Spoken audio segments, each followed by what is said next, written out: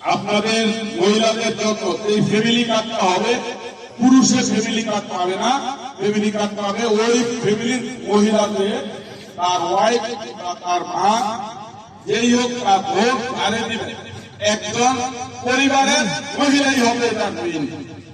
এটা কিন্তু আপনি দেখেন, যখন আপনি ঘরে বসে একটা 4-5 হাজার টাকা ইনকামের একটা সুযোগ থাকে, আমাদের অনেক ভাইয়েরা যারা নিম্ন আয়ের মানুষ তারা কথায় কথায় দৌড়ে উল্টা পাল্টা কথা বলবে, বাট যখন মনে করবো তার হাতে 5,000 টাকার একটা কার্ড আছে, তখন অন্তত একটু বইল সম্মান দিবে। সকলে না হোক কিছু শ্রেণীর লোক বলবে।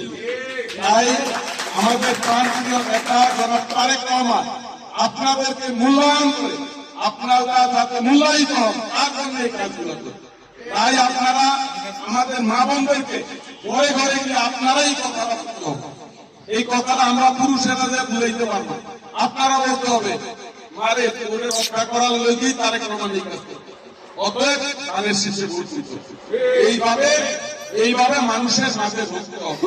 ভাইরা আমরা যাদের মেজাজ গরম কথায় কথায় তর্ক করি, তারাও কত 12 তারিখ পর্যন্ত মাথাটা ঠান্ডা রাখি।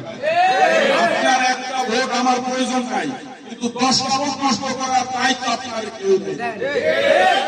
আমি মনে করি আমি একটা ভোটের মালিক, কিন্তু ভাই আপনার দিকে 10টা ভোট আমার দরকার।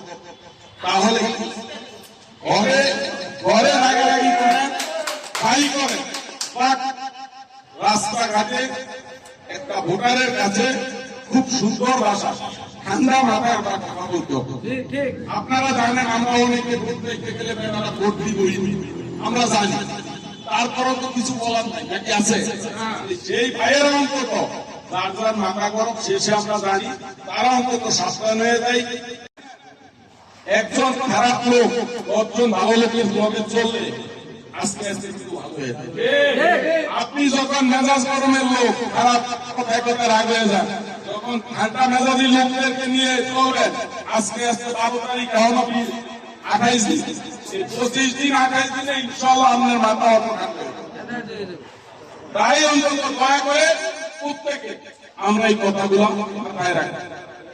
আর ভাইয়েরা 7:30টা থেকে 4:30টা পর্যন্ত আমরা ফজরের নামাজ যারা পড়ি, অন্তত তারা সকলেরই পড়া উচিত, তারপর হয়তো আমরা অনেকে পড়ি না, যারা পড়েন সকলের নামাজ পড়ে প্রস্তুতি নিয়ে কেন্দ্রে চলে যাবে।